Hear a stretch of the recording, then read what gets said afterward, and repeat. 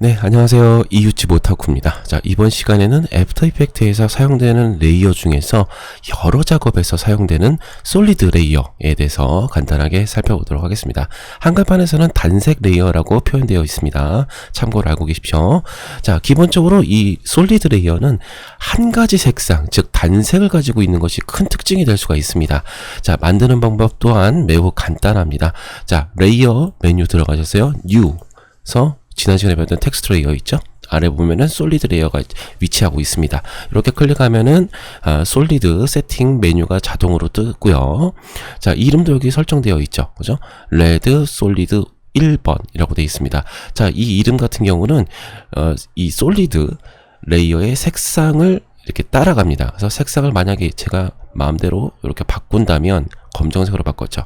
이렇게 바꾸게 된다면 자, 다크 레드 솔루션이라고 되어 있죠. 현재 지금 붉은색 계통에서 제가 빨갛게 바꿨기 때문에 이름이 이렇게 됐고요. 완전히 올 블랙으로 바꾸면 블랙 솔리드 1번 이렇게 지금 표현이 되고 있습니다. 그래서 이름을 따라간다는 거 참고로 알고 계시면 좋을 것 같습니다.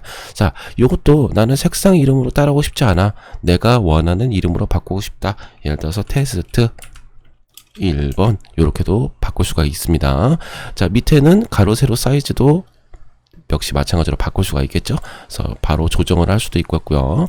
자, 여기 잠금이 있죠. aspect ratio to 몇 점 몇 이렇게 돼 있는데 요거는 이제 종횡비를 고정을 한 상태로 사이즈를 조절하겠다라고 했을 때는 활성화 시켜 놓고, 자, 가로 세로 사이즈 각각 아무거나 바꿔 보면은 자동으로 같이 바뀐다는 것도 확인하실 수가 있습니다. 왜냐? 저희가 지금 잠금 상태, 종횡비를 고정시킨 상태로 바꾸고 있기 때문에 이렇게 같이 바뀌는 거죠. 요거를 해제시켜 놓으면은 한 가지 값으로만 조정이 된다라는 거, 요것도 알고 계시면 좋을 것 같고요. 자, 유닛 같은 경우는 픽셀을 기본적으로 사용하시면 될 것 같습니다. 픽셀, 그리고 픽셀 애스펙트 레이쇼 똑같이 저희는 뭐 특별한 경우가 아니고서는 스퀘어 픽셀 요거를 이용하시면 되겠어요. 요거 이용하시고, 자, 밑에 보면은 make comp 사이즈라고 되어 있어요. 자, 우리가 미리 만들어놨던 컴포지션의 사이즈대로 따라가겠다라고 하는 얘기입니다. 그래서 클릭을 하시면 자, 기존에 만들어 놨었던 컴포지션의 사이즈가 자동으로 세팅이 되는 것도 확인할 수가 있겠고요. 자, 솔리드의 색상도 내가 원하는 색상으로 바꿀 수 있도록 팔레트도 제공이 되고 있습니다. 자, 가령 예를 들어서 내가 원하고자 하는 색상이 어디 한 화면에 어디 한 군데에 떠 있다라고 했을 때는 스포이드 도구를 이용해서 클릭하셔서 내가 원하는 색상이 있다. 만약 예를 들어서 뭐 요쪽에는 풀색을 한번 해볼까요? 풀색 클릭하면은 이런 식으로 자동으로 색상이 추출돼서 원하는 색상으로 이렇게 만들어진다는 것도 확인하실 수가 있겠죠. 자, 이렇게 만드는 방법 간단합니다. 이렇게 레이어 메뉴 들어가셔가지고요, 만드는 방법도 있겠고요. 혹은 이 타임라인 패널에서 마우스 오른쪽키 눌러도 똑같이 동일한 메뉴가 존재를 합니다. 여기서 자기가 원하는 좀 더 편한 방법으로서 이용하시면 되겠죠. 여기 들어가도 똑같이 만들 수가 있어요.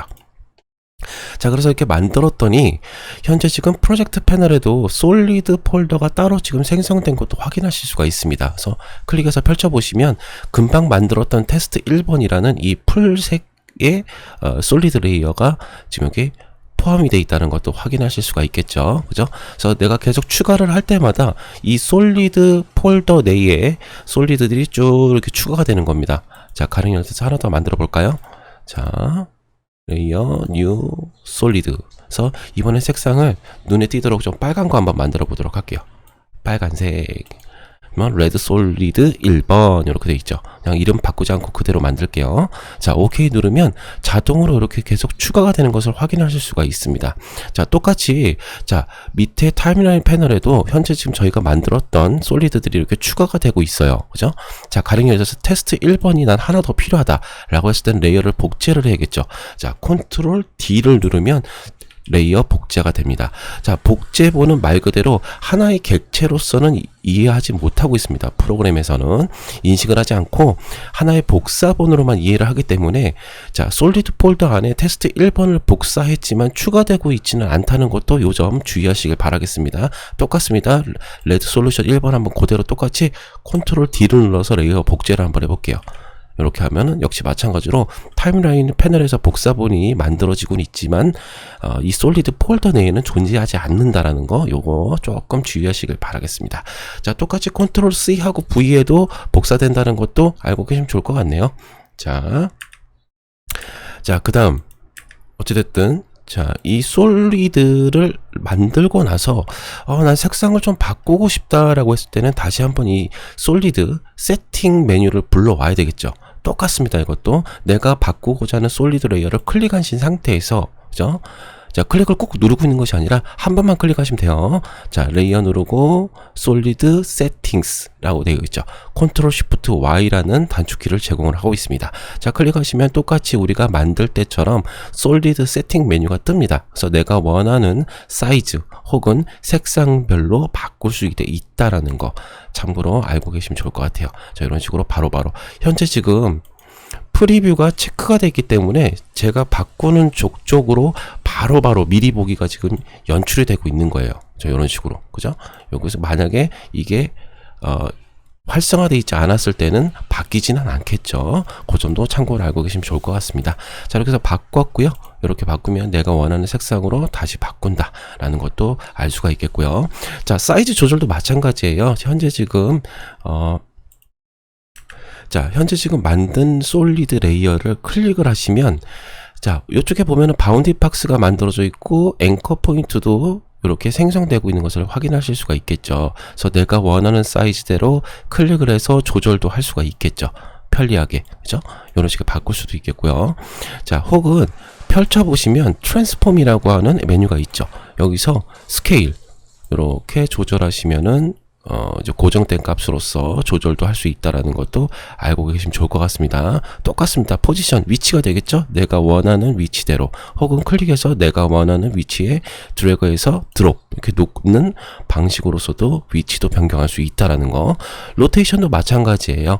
회전이 되겠죠? 그래서 내가 원하는 회전 값으로서도 조절할 수가 있다라는 거. 오파서티 같은 경우는 불투명도가 되겠죠? 그래서 요거를 조금 더 투명하게 혹은 불투명하게 조절하고자 했을 때도 이런 식으로 바로바로 기능을 활용할 수가 있겠고요. 자, 회전을 할 때 저희가 지난 시간에 배웠던 것처럼 앵커 포인트가 기준점이 된다라고 말씀을 드렸습니다. 자, 여기 정가운데 있는 것이 이게 앵커 포인트인데 이 앵커 포인트가 기준점에 대한 기능을 가지고 있는 것이죠. 그래서 프리미어 프로 때와는 좀 약간 다른 것이 아무리 애프터 이펙트에서 앵커 포인트를 클릭하고 이동을 바꾸고자 해도 똑같이 이렇게 무브 이동이 된다는 것이죠. 그래서 이 앵커 포인트를 변경하고자 했을 때는 자, 툴 패널 가보시면 이렇게 이 아이콘 모양이 있죠. 펜 비하인드 툴이라고 있습니다. 앵커 포인트 툴이라고도 적혀 있죠.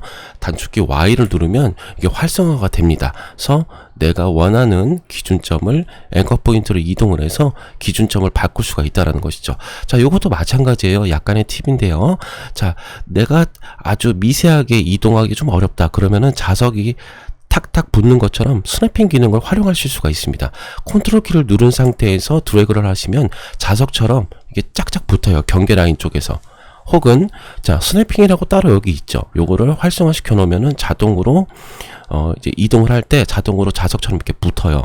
요런 식으로. 그죠? 요런 식으로 붙는다는 것도 스냅핑 기능 활용하시면 조금 더 편리하게 작업할 수 있다라는 거 팁으로 알려드리도록 하겠습니다. 자, 그래서 이렇게 앵커 포인트를 바꾸고 나서 내가 원하는 기준점을 잡아주고 나서 자, 다시 셀렉션 툴로 바꿔주고요. 이 상태에서 회전을 하게 되면은 그 기준점을 기준으로 놓고 회전이 된다. 그죠? 이런 식으로 회전을 할 수가 있다라는 것도 참고로 알고 계시면 좋을 것 같습니다.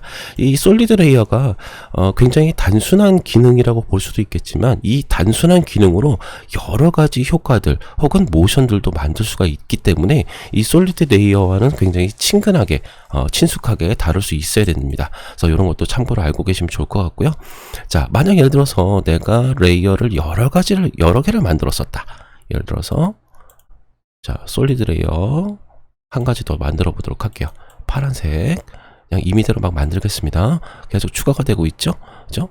자, 레이어 하나 더 만들어 보도록 하겠습니다. 이번엔 노란색 한번 만들어 볼까요? 자, 레이어 솔리드 노란색 한번 만들어 보도록 하겠습니다. 노란색 약간 올리브색인데요. 그냥 할게요. 자, 이렇게 만들었습니다. 요 세 가지를 난 동시에 좀 뭔가 기능을 바꾸고 싶다, 사이즈다 이런 것들도 한꺼번에 바꾸고 싶다라고 했을 때는 동시에 중첩 기능도 가능합니다. 예를 들어서 일단 임의대로 위치도 바꿔놓고요. 제가 임의대로 막 해놓겠습니다. 이렇게 해놓을게요. 자, 요거를 한꺼번에 사이즈를 조절하고 싶어, 혹은 불투명도로 조절하고 싶어 이럴 때는 각각 하나하나 눌러가지고 그 기능들을 적용하는 것이 아니라, 자, 컨트롤 키를 누른 상태에서 클릭하면은 중복 선택이 되죠. 이 상태에서 펼쳐놓기 해서 트랜스폼 해서 뭐 오파서티를 불투명도를 뭐 줄이고자 했을 때도 한꺼번에 중복적으로 기능을 적용할 수가 있고요. 아니면 마우스 오른쪽에 눌러서 프리컴포즈를 통해서 프리미어 프로에서 네스트 기능이라고 볼 수가 있겠죠. 그래서 프리컴포즈를 통해서 한 번에 묶어서, 자, 이름을 바꿔서 이렇게 프리컴포즈를 통해서 한꺼번에 기능들을 중복 적용할 수가 있다는 것이죠. 한꺼번에 다중 적용할 수가 있다는 것이죠. 이런 것도 참고로 알고 계시면은 도움이 될 것 같습니다. 자, 이번 시간 간단하게 솔리드 레이어에 대해서 간단하게 살펴봤습니다. 하시다가 또 궁금하신 점 있으시면 밑에 댓글이나 이메일을 통해서 질문 받고 있습니다. 자, 이번 시간 솔리드 레이어 공부하느라 수고 많으셨습니다. 다음 시간에 뵙도록 하겠습니다. 감사합니다.